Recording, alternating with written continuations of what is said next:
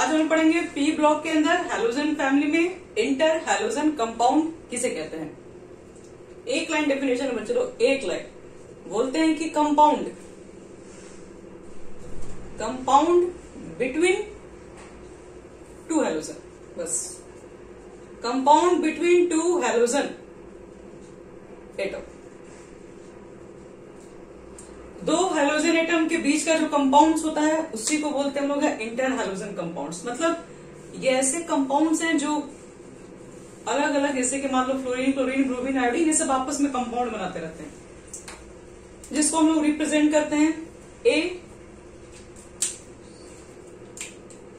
AXN से। ये हमारा है इंटर हैलोजन कंपाउंड। ए क्या यहां पर रहेगा आपके पास, तो लिख लीजिएगा। ए को बोलते हैं लार्जर इन साइज, क्योंकि अब इंटर हैलोजन कंपाउंड बनेगा तो आगे पीछे किसको लिखते हैं। जैसे कि मान लो मेरे पास सॉल्ट है तो आगे मेटल को लिखते हैं, बाद में क्लोराइड को, मतलब क्या बोलते हैं, एनायंस को लिखते हैं। इसी तरीके से मान लो कि अगर आपके पास इंटर हैलोजन कंपाउंड है तो उसमें आगे पीछे किसको लिखेंगे, ये बड़ी बात हो जाएगी। फिर तो आगे पीछे किसको लिखे उसको मालूम करने के लिए क्या करते हैं, AXN का यूज करते हैं फॉर्म। ए क्या आपके पास होता है, larger in size and less electronegative.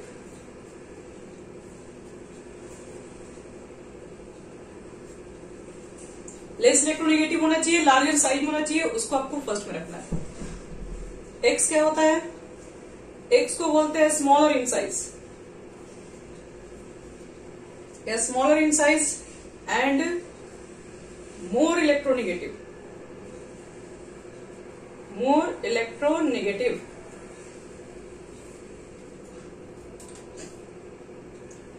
और एन क्या है आपके पास है, और नंबर, एन जो रहेगा वो हमेशा और नंबर। तो ये हमारा है इंटर हैलोजन कंपाउंड। को एग्जांपल चाहिए, कुछ एग्जांपल देखो, देख के समझा रहे हैं। जैसे मान लो आपके पास एक कंपाउंड है आई और Cl, ये हमारा एक इंटर हैलोजन कंपाउंड है। कैसे, देखो लार्जर साइज है, लेस इलेक्ट्रोनिगेटिव है, आगे लिखा हुआ है, ये बाद में लिखा हुआ है। एन की जगह पर क्या है, एन की जगह पर 1 है। फिर क्या बोलोगे, ClF, ये भी एक इंटर हैलोजन कंपाउंड है। फिर ClF3 इंटर हैलोजन कंपाउंड, क्योंकि ये जो कंपाउंड से बच्चे लोग दो हैलोजन एटम के बीच का है, इसलिए ये इंटर हैलोजन कंपाउंड है। BrF5 inter halogen compound, BrF3 inter halogen compound, IF7 inter halogen compounds होते हैं ये सब। अब इनकी कुछ खासियत बताएंगे, क्या होता है इंटर हैलोजन कंपाउंड्स। तो ऊपर से उठा रहे हैं।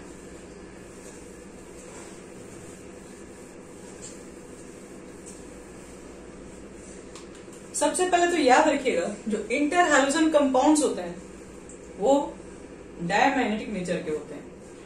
पहली बात, इंटर हैलोजन कंपाउंड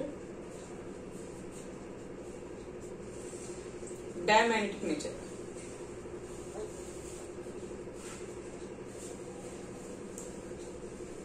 अब सोचोगे क्यों, देखिए बता रहे क्यों। जैसे सपोज करो तुम्हारे पास हैलोजन कंपाउंड, जैसे मान लो कि ClF को ले लेते हैं एग्जांपल। क्लोरीन को हम लिखते हैं तो क्या लिखते हैं, 3s2 लिखते हैं, 3p5 लिखते हैं। मतलब S तो पहले से कंप्लीट है 2 इलेक्ट्रॉन के साथ, P में आपके पास 5 है। ये तो क्लोरीन का है मान लो। फिर फ्लोरीन आएगा इसी तरीके से, 2s2 2p5 होगा।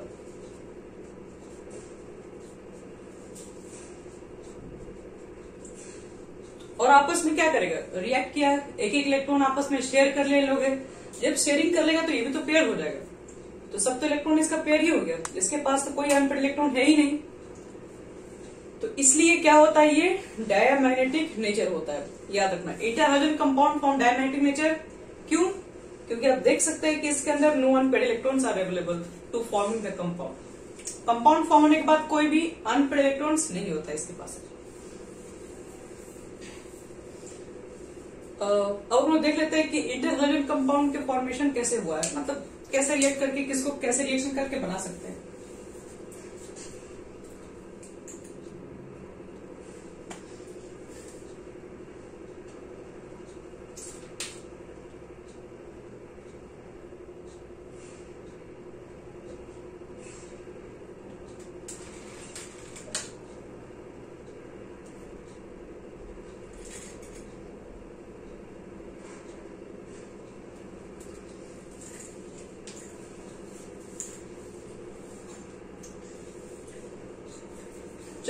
हम लोग लिखेंगे मेथड ऑफ प्रिपरेशन, कैसे बनाएंगे इंटर हैलोजन कंपाउंड्स को।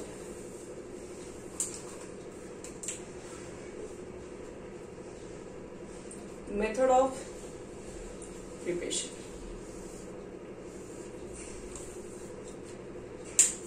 देखिए कैसे इसको बना सकते हैं हम लोग। तो हमारे पास फर्स्ट मेथड है, मान लो कि आपको ClF तैयार करना है, तो Cl2 लेके आओ, F2 लेके आओ, क्लोरीन फ्लोरीन को आपस में मिला दो, तो क्या हो जाएगा, तो 473 केल्विन पे अगर ये दोनों का इक्वल वॉल्यूम है तो बना लेगा ClF, क्लोरीन फ्लोराइड। और अगर मान लीजिए वॉल्यूम इक्वल नहीं है, ये अगर एक्सेस अमाउंट में अगर है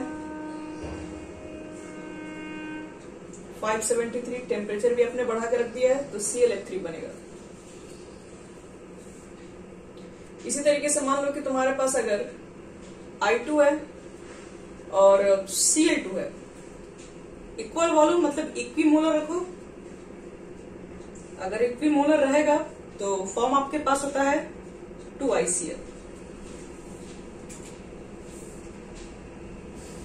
और अगर मान लीजिए कि इसमें इक्विमोलर नहीं, अगर आप ये एक्सेस में रखते हैं क्लोरीन को, I2 प्लस Cl2, अगर ये आपका एक्सेस में है तो ICl3 फॉर्म हो जाएगा।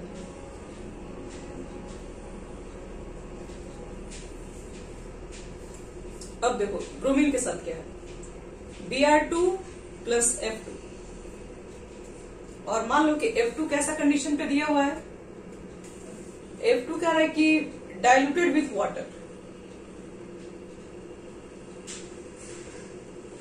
तब आपके क्या बनता है यहाँ पर है BrF3। क्या है, चलो ये सब रटना ही पड़ेगा, दूसरा कोई इसका उपाय नहीं याद रखने का। और अगर ये एक्सेस है, ज्यादा अमाउंट में अगर प्रेजेंट है, तो BrF5 बनेगा, बस ध्यान रख लीजिएगा इसको।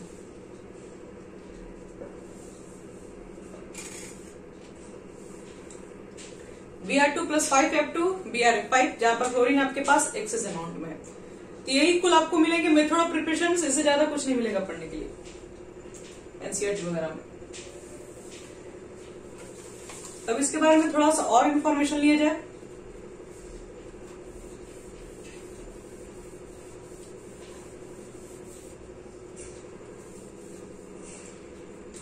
तो all are volatile solid, inter halogen compound के बारे में बता रहे हैं हम। ऑल लिख रहे हैं, ऑल का मतलब है किसी के ऊपर बात कर रहे हैं। All are volatile solid and liquid भी है, ठीक है। एक्सेप्शन याद रखेंगे, एक्सेप्ट लिख देना ClF, क्यों, क्योंकि वो गैस है। चलो अब हम लोग बात करेंगे एक चीज और। अगर मेरे पास एक इंटर हैलोजन कंपाउंड है सपोज, और एक मेरे पास क्या है Cl2, F2, Br2, I2 ऐसे कंपाउंड्स हैं, तो दोनों में ज्यादा रिएक्टिव कौन होगा? क्या इंटर हैलोजन कंपाउंड्स होंगे या फिर क्लोरीन, ब्रोमीन, आयोडीन, वो जो मॉलिक्यूल्स होते हैं वो ज्यादा इंपॉर्टेंट, मतलब वो ज्यादा रिएक्टिव होंगे? तो हम इसको रिएक्टिविटी चेक करना इनका है, एक तरीके समझो कि कंपेयर करना है। ऐसे क्वेश्चन एग्जाम में आपके पूछे भी गए हैं सीबीएसई में। देखो, it is more reactive, it is more reactive, sorry it is more reactive then normal halogen. जो हैलोजन के बीच में जो मॉलिक्यूल्स बनता है सेम मॉलिक्यूल के बीच में, और कह रहा है जो इंटर हैलोजन कंपाउंड है उससे ज्यादा रिएक्टिव है। जैसे मान लो Cl2 है तुमको दिया गया और एक ClF है, तो ये दोनों में ज्यादा रिएक्टिव कौन सा होगा? तो इंटर हैलोजन कंपाउंड होते हैं। लेकिन इंटर हैलोजन कंपाउंड सब रिएक्टिव है ये सब के कंपेयर में, लेकिन फ्लोरीन सबसे ऊपर में है, फ्लोरीन का स्थान कोई नहीं ले सकता है। फ्लोरीन सबसे ज्यादा रिएक्टिव में गिनती होती है इसकी। रीजन भी है क्यों? फ्लोरीन का बॉन्ड बहुत इजी टूट जाता है, इसलिए टूट जाता है क्योंकि फ्लोरीन के पास क्या होता है, फ्लोरीन के पास 3 लोन पेयर है, एक तो साइज छोटा, एक तो 3 इसके पास लोन पेयर, सब रिपल्शन करेंगे, बॉन्ड कमजोर कर देंगे, इसलिए ये ज्यादा रिएक्टिव है इसके कंपेयर में। ये रिएक्टिव है इन लोग से, बाकी को फ्लोरीन को अगर छोड़ दिया जाए तो फ्लोरीन के बाद इंटर हैलोजन कंपाउंड क्या होता है, जितने आपके पास मॉलिक्यूल्स होते हैं हैलोजन के, जो सेम मॉलिक्यूल्स के बीच में बनते हैं, Cl2F2Br2, ये सबसे ज्यादा ये होते हैं। लेकिन क्वेश्चन आपसे ये पूछा रहा है कि inter halogen compound are more reactive than Cl2 चाहे Br2 चाहे I2, इसी से कंपेयर करने देगा, बट इससे कंपेयर नहीं करवाएगा आपका। तो क्यों होते हैं, तो उसका भी देखो रीजन लिखवा दे रहे हैं, आखिर ये इससे ज्यादा रिएक्टिव क्यों। लिखो तो inter halogen compound, inter halogen compound are more reactive than corresponding are more reactive than corresponding halogen। Halogen बोल रहे हैं तो उसमें F2 को मत काउंट कर लेना, halogen, due to difference in their electronegativity.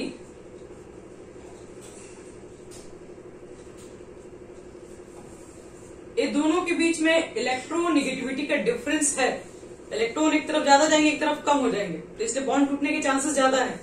अब दोनों तरफ जब इक्वल शेयर है, दोनों खींचने वाले लोग शेयर सेम ही है, तो कोई एक ज्यादा फोर्स लगाएगा नहीं एक तरफ, तो इसलिए बॉन्ड इजिली नहीं ब्रेक होगा ये। तो इंटर हैलोजन कंपाउंड ज्यादा रिएक्टिव इसलिए हो जाते हैं क्योंकि उनके बीच में क्या होता है कि इलेक्ट्रोनेगेटिव डिफरेंस क्या होता है, बढ़ जाता है। एक्सेप्ट में भी लिख देना, एक्सेप्ट फ्लोरीन लिख देंगे। फ्लोरीन इज मोर रिएक्टिव, यानी F2 is more reactive due to weaker FF bond, क्योंकि F और F के बीच में जो बॉन्ड है वो काफी वीकर है, इसलिए वो ज्यादा रिएक्टिव है इंटर हैलोजन कंपाउंड से भी। तो मिटा रहे हैं इसको।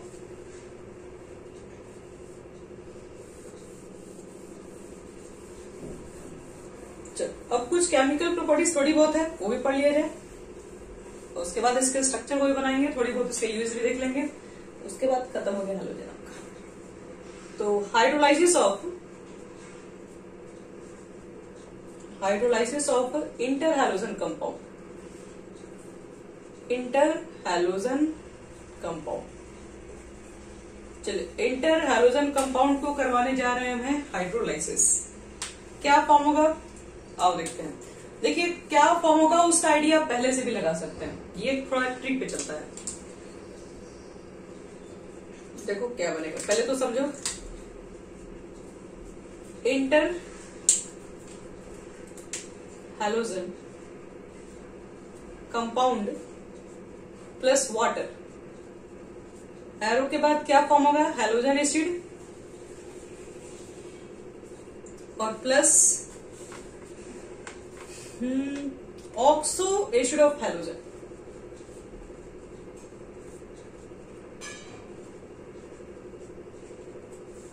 दो चीजें, इंटर हैलोजन कंपाउंड हाइड्रोलाइसिस करा दो, हैलोजन एसिड बनाएगा, और एक ऑक्सो एसिड ऑफ हैलोजन बनाएगा।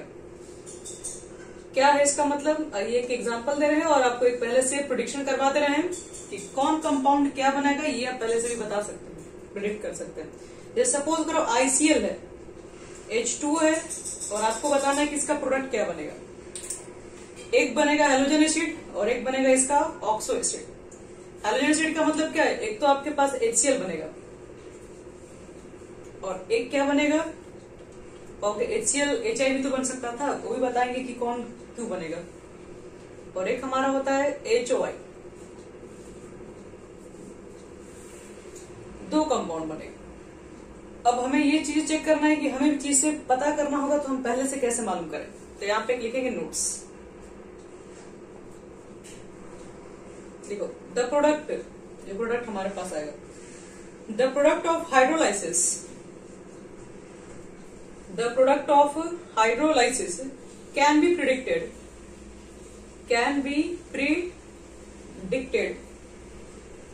पहला oxidation number of both halogen, oxidation number of both halogen will remain same,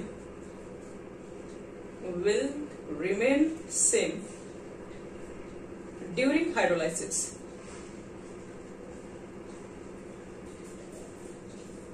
पहली बात तो कह रहा है कि ऑक्सीडेशन नंबर क्या होना चाहिए, हाइड्रोलाइसिस के दौरान जो प्रोडक्ट निकलेगा वो ऑक्सीडेशन नंबर क्या रहा है, सेम होना चाहिए। पहली बात तो ये ध्यान रखिएगा। दूसरी बात, हाइड्रोजन ऑफ वाटर, यानी वाटर का जो हाइड्रोजन है किसके साथ जाएगा, इसके साथ जाएगा, किसके साथ जाएगा, यानी कि hydrogen of H2O will go with more electronegative atom. Hydrogen of water will go with more electronegative halogen, more electronegative halogen. दो चीजें याद रखिएगा, प्रोडक्ट आप पहले से बता सकते हैं क्या फॉर्म होने वाला है। एक बार फिर से एक्सप्लेन कर दे रहे हैं। इंटर हैलोजन कंपाउंड को जब हाइड्रोलाइसिस कराओगे तो जो यहां पर ऑक्सीडेशन स्टेट हैलोजन का रहेगा वो सेम इधर भी रहेगा, मतलब ऑक्सीडेशन नंबर चेंज नहीं होता है। पहली बात ये। दूसरी बात क्या कह रहा है कि वाटर का हाइड्रोजन उसके साथ कंपाउंड पहले बनाएगा जो ज्यादा मोर इलेक्ट्रोनेगेटिव होंगे हैलोजन के अंदर। तो चलो आपको दिखाते हैं कैसे बनते हैं कंपाउंड्स, उसके बाद आप खुद ही प्रेडिक्शन करना स्टार्ट कर देंगे।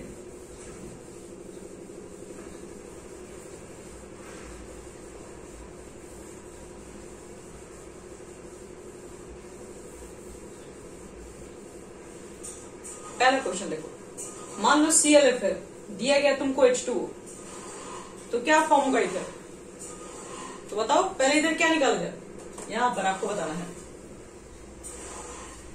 हाइड्रोजन को किसके साथ अटैच करेंगे पहले, जो ज्यादा इलेक्ट्रोनेगेटिव।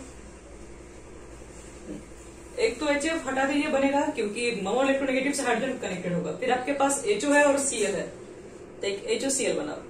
यहाँ पर ऑक्सीडेशन नंबर इसका कितना था, ये ज्यादा -1 है तो यहाँ पर +1 होगा, यहाँ पर भी +1 आना चाहिए। चेक कर लीजिए +1 है कि नहीं है। इसका 1 होता है, इसका -2 होता है, इसका X है, आप निकाल के चेक कर लोगे, ये +1 ही आ जाएगा। यहाँ पर ही माइनस है, यहाँ पर भी माइनस है। ये देखो, मान लो ClF3 है प्लस H2 है, क्या फॉर्म होगा। तो एक तो बच्चे लोग आप लोग जान रहे हैं कि एक HF निकलेगा, वो तो आपको भी समझ में आ रहा है, बहुत इजीली बता देंगे। वो बगल में क्या बनेगा वो बताना है।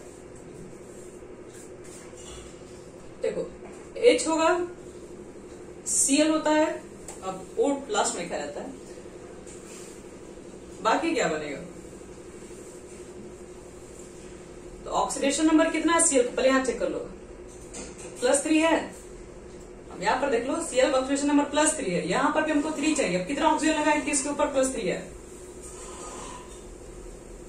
अगर हम एक ऑक्सीजन लिख देंगे तो -2 +1, ये तुम्हारा कितना आ जाएगा, +1 आ जाएगा। अगर इन्हें 2 लगा दे तो -4 और इसका +1 यानी -3 उधर भेजेंगे तो +3 आ जाएगा। तो इसका मतलब है कि यहां पर जो बनेगा HClO2 बनेगा। तो ऑक्सीडेशन नंबर दोनों तरफ सेम होगा, BrF5 प्लस वाटर। चलो देखो प्रोडक्ट क्या बनेगा, फटाफट बोलिए।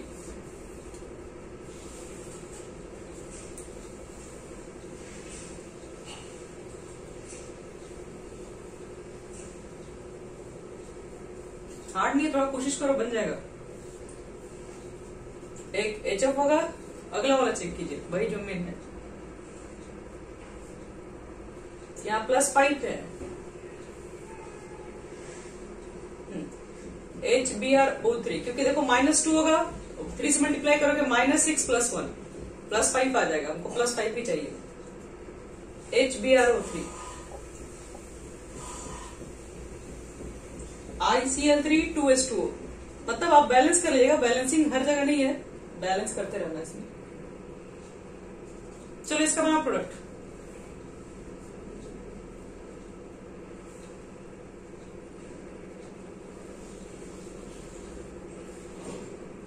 HCl plus HOI। यहाँ पर +3 है ना, और HOI जब निकालोगे तो HiO2 होगा। देखो +3 चाहिए होगा, +3 के लिए हमको -4 +1 बनेगा, HiO2 आएगा। और एक last question, IF7 plus water molecule क्या फॉर्म होगा।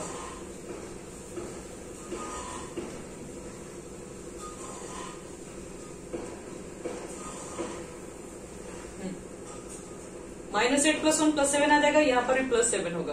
तो ये हो गया बच्चे लोग पूरा। अब जितने भी होंगे क्वेश्चन आगे इस पे जो भी आएगा आप बना सकते हैं प्रोडक्ट के अंदर। अब बढ़ते हैं इसके आगे, इसका यूनिट बताएंगे, फिर इसका स्ट्रक्चर बता दे रहे हैं, फिर हो गया uses of inter halogen compound.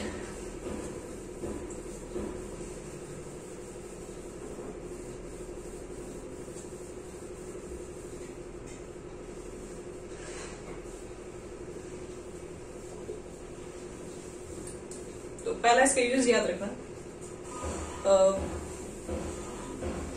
it is very useful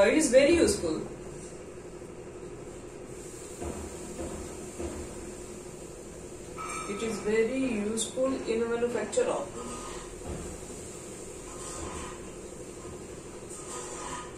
fluorinating agent.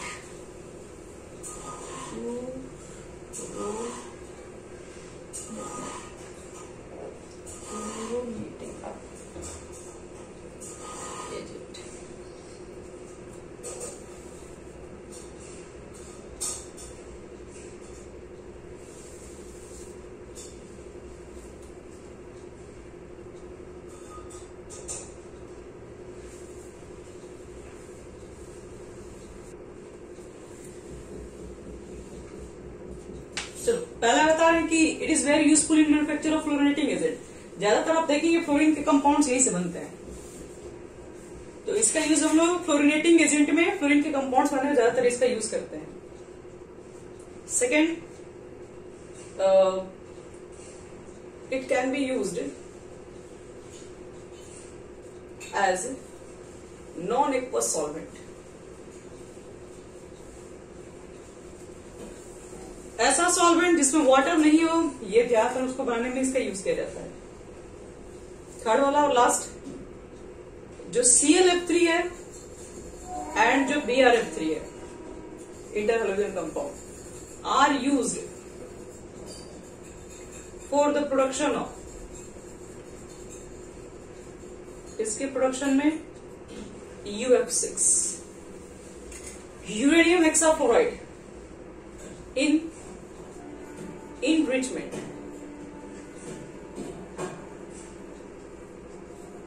Uranium 235।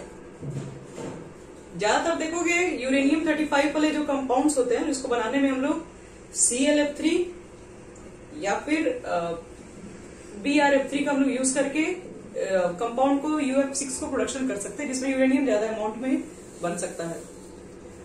क्या बोलते हैं, यूरेनियम 235 वाला कंडीशन। तो यूरेनियम 235 को अगर आपको बनाना है तो उसके लिए आपको लेके आना पड़ेगा, सबसे पहले क्या लेके आना पड़ेगा, सबसे पहले ये दोनों को कंपाउंड को लेके आना पड़ेगा, यूरेनियम से रिएक्शन कराओगे और यूरेनियम से रिएक्शन के बाद जो कंपाउंड बनेगा हमारे पास, वो यूरेनियम आपके पास क्या होगा, UF6 होगा, और UF6 के अंदर U35 यानी यूरेनियम 235 का क्या होता है, अमाउंट बहुत ज्यादा होता है उसमें। तो खैर ये सब नॉर्मल एग्जाम में नहीं आएगा, ये सब थोड़ा कंपटीशन टाइप के लेवल में आएगा। तो ये हो गया बच्चे लोग हमारा इसका यूजेस हो गया, ये 3 यूजेस इसको याद रखना होगा। अब हम लोग पढ़ेंगे इसके बाद इसके स्ट्रक्चर्स, इंटर हैलोजन कंपाउंड के स्ट्रक्चर कैसे बना सकते हैं। उसके बाद खत्म हो गया ये पूरा, आपके पास हैलोजन फैमिली समाप्त। आओ कुछ स्ट्रक्चर देख ले रहे हैं, जिसमें सबसे पहला देख लो तुम लोग ClF। इसका स्ट्रक्चर बनाना है, कैसे बनाएंगे, तो स्ट्रक्चर बनाने से पहले निकालो इसका हाइब्रिडेशन कितना होगा। तो हाइब्रिडेशन निकालने के लिए क्या करेंगे हम लोग, तो सेंट्रल एटम हमारे पास तो क्लोरीन ही दिख रहा है, क्लोरीन के पास एक ही बॉन्ड है और लोन पेयर है क्लोरीन का 3 लोन पेयर, एक बॉन्ड पेयर, निकल के आएगा sp3। sp3 के लिए टेट्राहेड्रल लिखते थे, अब 3 लोन पेयर है तो टेट्राहेड्रल नहीं होगा, सबको मालूम है। 3 लोन पेयर तो क्या हो जाएगा भैया, टेट्राहेड्रल से बनाने की कोशिश कीजिएगा, और एक फ्लोरीन होगा, बाकी 3 लोन पेयर आपके पास होगा। तो ये तो लाइन एक ही लाइन में स्ट्रक्चर है इसका, हम लोन पेयर को थोड़ी ना स्ट्रक्चर में काउंट करेंगे, तो इसलिए ये एक लीनियर शेप में आएगा। इसका शेप क्या हो जाएगा, ClF का जो शेप होता है वो एक लीनियर होता है, लीनियर इसका शेप है, और कलरलेस गैस भी होता है, गैस भी है, दिखाया भी आपको बताए थे, और कलरलेस है, इसका खुद का कोई कलर नहीं। चलो अब देख लेते हैं ClF3 के बारे में। ClF3 का स्ट्रक्चर कैसे बनाओगे? तो इसका पहले निकालो हाइब्रिडेशन क्या होगा।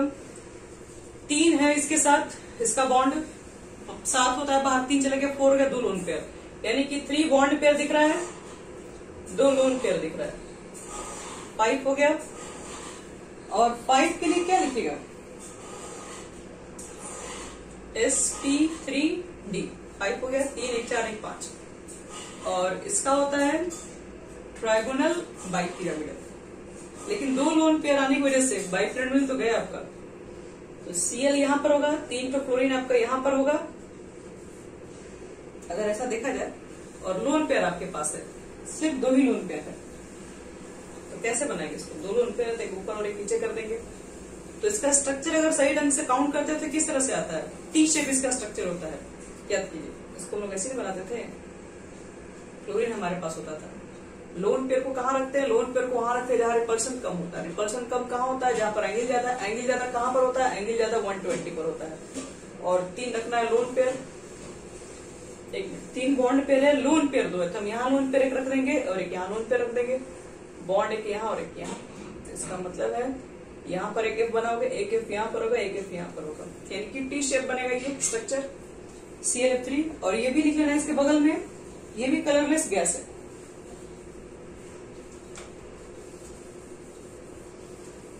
ClF3 के बाद बच्चों लोग आता है ये ClF5।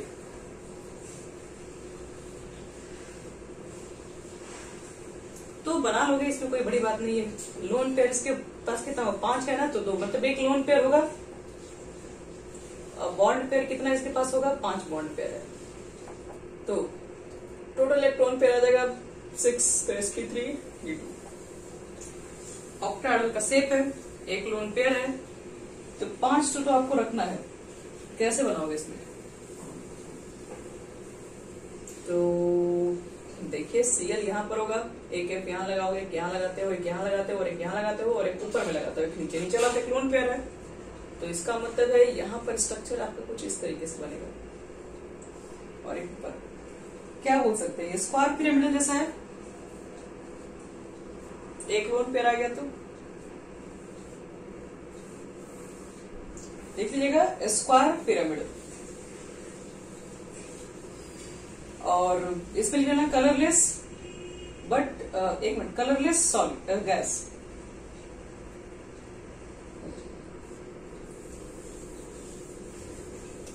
Cl का हो गया। उसी तरीके से देखो क्या BrB है, BrB आप लोग बना लेंगे, कोई बहुत बड़ा चीज नहीं है। जैसे ClF है वैसे भी Br भी बना सकते हैं, BrCl करके IBr कर सकते हैं, BrF3 कर सकते हैं, IU3, मतलब वो सब तो आप निकाल सकते हैं। हम सिर्फ अब मेन चीज है हाइब्रिडेशन आप सबका निकाल सकते हो, निकाल लीजिएगा, हम सारा कंपाउंड आपको दे दे रहे हैं। एक काम करते हैं जी,